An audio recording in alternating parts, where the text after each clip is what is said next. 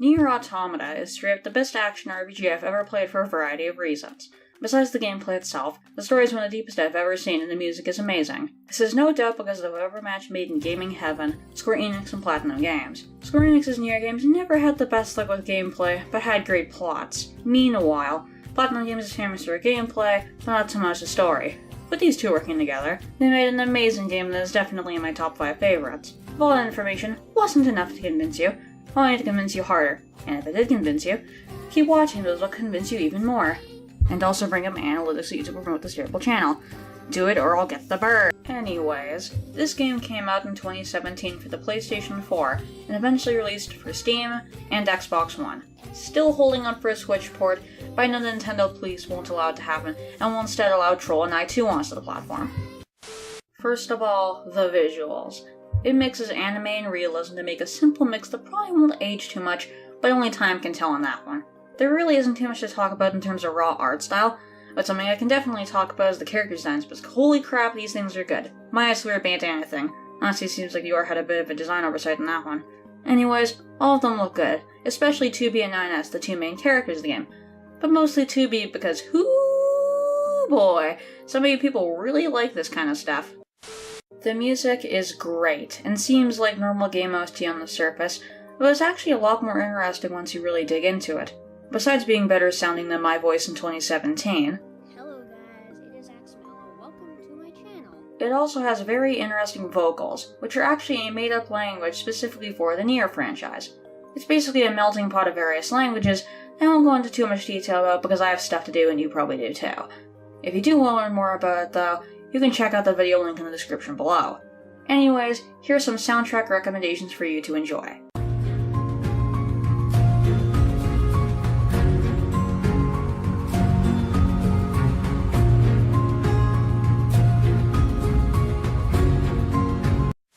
The story follows 2B and 9S, two androids who are part of a military group called Yorha. This group is made up of androids who are supposed to fight machines sent by aliens to wipe humans off the planet because they want to experience the wonders of Kinder Eggs or Rainbow Slushies or something like that, I don't know. Most of the human race was decimated in the process, but a small number of them managed to flee to the moon and build a bunker. Which brings us back to Yorha.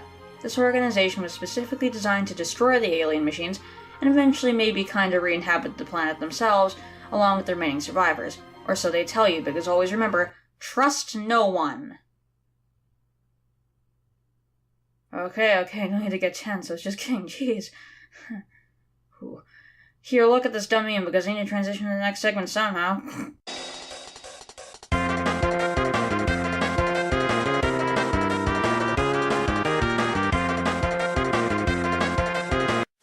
The core gameplay of this game is fairly simple. You have a light and heavy attack, a ranged ability, a dodge, and some recovery items. All this can be very easily understood, but it's what's underneath that is complex. As you progress through the game, you get these things called chips, which you can install for a variety of boosts or special abilities, like speed boosts, shockwaves, or even regeneration. These chips are generally found in a few ways. The first is buying them from shops run by creepy robot people, the second is beating up enemies until they poop one out as a form of submission, and the third one is to get them from quests or just find them lying around. Besides chips, you can find other combat-oriented items all over the place. The first is recovery items, which you should buy tons of by the way because trust me, you will need them. The second, and arguably the most important, are melee weapons. There are 4 types of melee weapons in the game: short swords, great swords, spears, and fists. These can be used to do increased damage or get buffs, but they also change up your attack pattern. You're allowed to swap between 2 different weapons during battle, so pick wisely. Very wisely.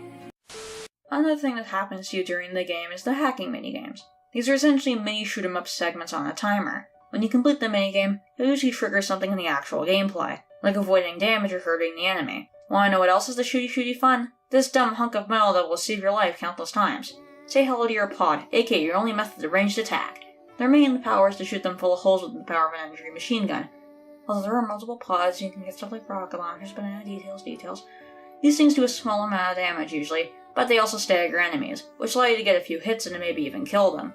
Pods can also have a second ability of your choosing. The default one is a mega laser that murders everything in sight, but you can get other powers for both offensive and defensive purposes. There are tons of extra things to do in the game, so I'm going to skim through them to keep this video at a decent length. First of all, you have side quests, because of course you do. These usually are very helpful, as they can give you world building, weapons, and/or experience. Some will only appear during certain points in the story and during certain routes, so you should clear them while they're still hot. Another thing you should go after are the additional endings. There are 5 main endings to the game, I'll explain those later obviously, but whatever, and 21 joke endings. These can be triggered by doing stupid things in-game, like eating fish or running away from story-crucial boss fights. You'll most likely trigger one accidentally over the course of the game, because I know I did.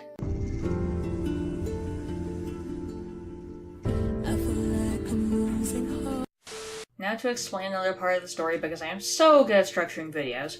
In order to fully experience the game's story, you have to play through the game 3 separate times. The community has named these routes Route A, B, and C, and each one is different from the last. Route A and B follow the 2 main characters, but each route shows you the same events from a different perspective. Meanwhile, Route C is a completely different story arc, and this arguably is when the story really kicks into high gear and your gut. So you better do Route A and B, because these characters are the reason I have crippling depression. Alright, let's go! It is now time to throw some information at you and hope it sticks. First of all, the 5th canon ending of the game will only unlock if you have completed the previous 4, and if you have answered yes to all the questions during the end credits of the 4th ending. Speaking of which, make sure you've done everything you wanted to do in the game before going after the 4th ending, as you will trigger the 5th one if you are going after it, and it'll cause some weird stuff to happen in the game that will prevent you from going after post-game content. Also, try not to sell anything until Route C, as it will sell for way more during that time, especially the machine cores, although you can use the link in the description below to check what you shouldn't sell, because some of this stuff is crucial for upgrading weapons or completing certain side quests. If you die, you'll lose all your equipped chips and you'll have to run back to your corpse to retrieve them. If you die again while in this state, those chips are lost forever. It sounds daunting, but they're generally really easy to retrieve if you understand enemy attack patterns. You'll run into android corpses throughout the game if you have the online feature activated, and you'll be given a choice to pray for them or repair them. Praying for them restores you to full health and gives you some of their chips as temporary power-ups. Repairing them lets them fight with you for a short period of time. The camera angle will change by itself for certain set pieces, don't panic when it happens. This game does delve into other genres throughout the game, but it will always have action at the center of it, so do not worry about when it happens. And finally, if you keep dying on the first boss and you start to doubt yourself, don't worry, because he kicks everyone's ass in one way or another. All in all, NieR Automata is a great game and should be played by fans of RPGs or ARPGs. It has an emotional storyline, breathtaking music, a cool art style, and deep gameplay.